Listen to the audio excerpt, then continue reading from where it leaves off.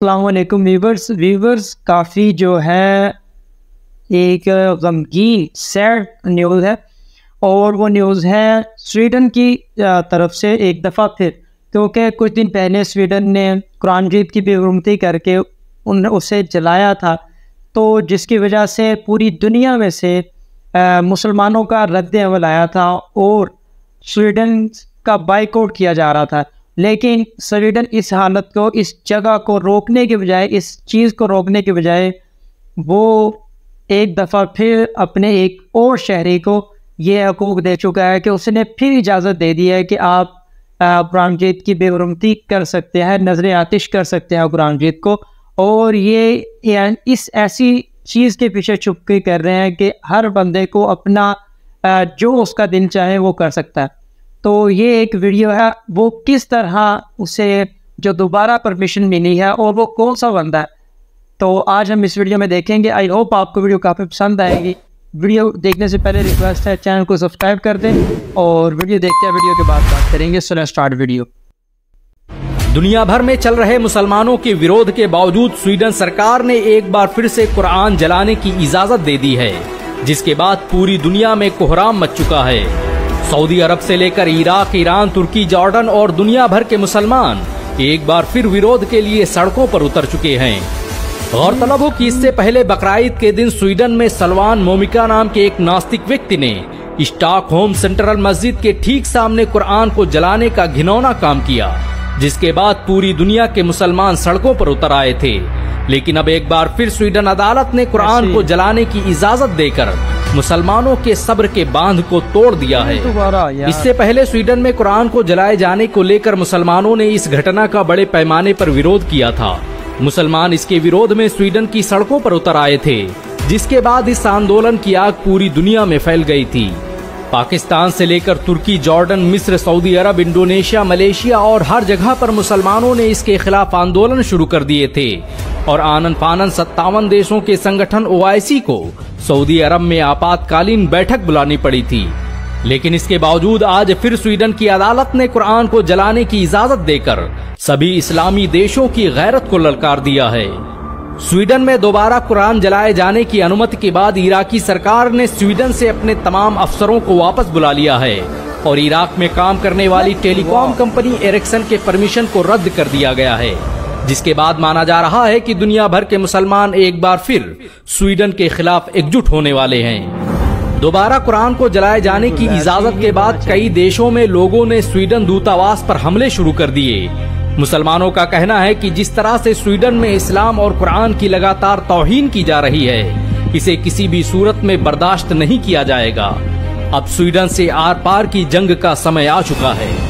इस घटना के बाद मुस्लिम देशों ने एक्शन लेना शुरू कर दिया है।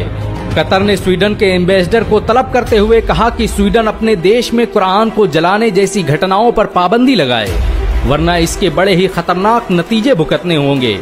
सऊदी अरब ने भी रियाद में स्वीडन के एम्बेसडर को बुलाकर लिखित में विरोध दर्ज करवाया और कार्रवाई करने की बात कही। लेबनान के लीडर हसन नूरुल्लाह ने तो यहाँ तक कह दिया कि दुनिया देख रही है कि कुरान को कैसे जलाया जा रहा है और दुनिया ये भी देखेगी कि हम अपने खून से कैसे कुरान की हिफाजत करते हैं। तुर्की के राष्ट्रपति रजब तैयब एर्दोगान ने भी साफ कर दिया है कि इस्लाम के खिलाफ इस तरह की मानसिकता रखने वालों की सजा मौत है।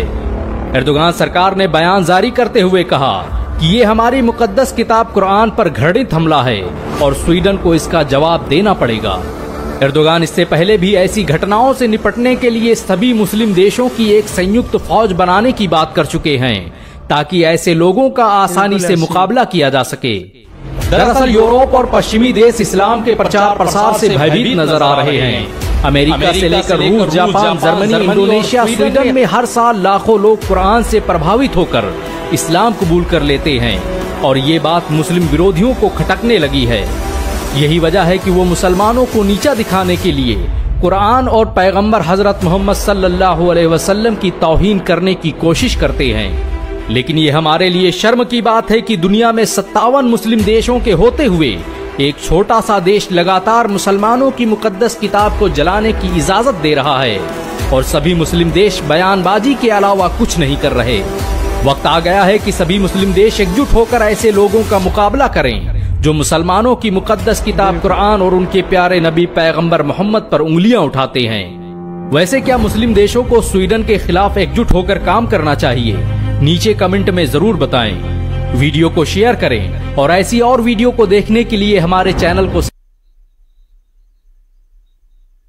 व्यूअर्स यार, ये एक काफ़ी अफसोसनाक खबर थी और एक ऐसा छोटी सी कंट्री जो कि ना होने के बराबर है, और वो 57 ममालिक जो इस्लामिक ममालिक हैं, 57 से भी ज़्यादा है ममालिक, इस्लामिक ममालिक जो है उनको ललकारने पे तुला हुआ है, क्योंकि उससे नेटो में दाखिल होना है। तो नेटो उसे तब तक नहीं लेगा जो एंटी इस्लामिक नहीं हो जाता तब तक। तो इसके मुकाबले में इस्लामिक जो ममालिक के सरबराह थे, वज़ीर आज़म थे, सदर थे, उन्होंने जो एम्बेसडर थे इनके, वो उनको स्वीडन के एम्बेसडर को बुलाकर अपना जो एहतजाज रिकॉर्ड करवाया और उन्हें बताया कि ये जो तुम कर रहे हो इसका जो अंजाम है वो बहुत बुरा हो सकता है। यहाँ तक कि तुर्की ने एक ऐसा निज़ाम कायम करने को भी कहा था तमाम ममालिक को, मुस्लिम ममालिक को, कि हम एक ऐसी एक जमात बनाते हैं जो इन लोगों का मुकाबला कर सके, इनको ख़त्म कर सके, कि अंदर जो इनके ख़िलाफ़ एक ऐसी तहरीक चला सके कि ऐसे लोगों को पकड़े और ऐसे लोगों को मौत की घाट उतारे। तो ये एक काफ़ी इंटरेस्टिंग वीडियो थी और ये अफसोसनाक खबर थी।